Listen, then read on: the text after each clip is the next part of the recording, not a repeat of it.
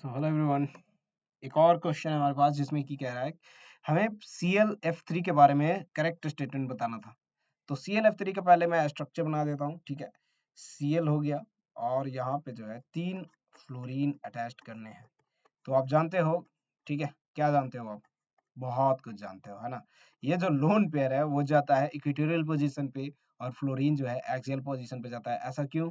ताकि lone pair repulsion जो है वो मिनिमाइज किया जा सके। लोन पेयर रिपल्सन ज्यादा होता है, फिर लोन पेयर बॉन्ड पेयर होता है, फिर होता है बॉन्ड पेयर, राइट। सो यहाँ पे लोन पेयर का मैक्सिमम रिपल्सन को मिनिमाइज करने के लिए इक्वेटोरियल पोजीशन पे रखते हैं। और इस तरीके से जब करते हैं तो ये बन जाता है टी शेप वाला ज्योमेट्री। टी शेप वाला ज्योमेट्री बन जाता है, ठीक है ना। सो आप देखो इसमें अब कौन सा सही है, ठीक है। इट हैज ट्राइगोनल पिरामिडल, नहीं ये तो गलत बात है भाई।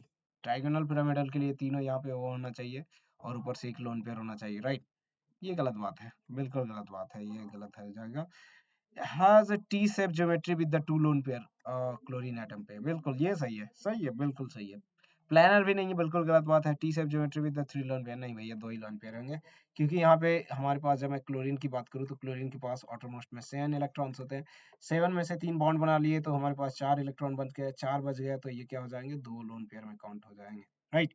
सो दो लोन पेयर के साथ हमारे पास ये टी शेप बनाता है। So B is the right answer everyone, ठीक है। मुझे लगता है ये बहुत ही इजी क्वेश्चन था और इससे ज्यादा एक इजी क्या ही कह सकते हैं। ये ज्यादातर क्वेश्चन जो है आप पी ब्लॉक में पढ़ते हो, है ना। हालांकि अभी एनसीईआरटी से हटा दिया है, बट कोई नहीं, क्वेश्चन तो आते ही है ना। चलो आगे बढ़ते हैं everyone, let's move to next question.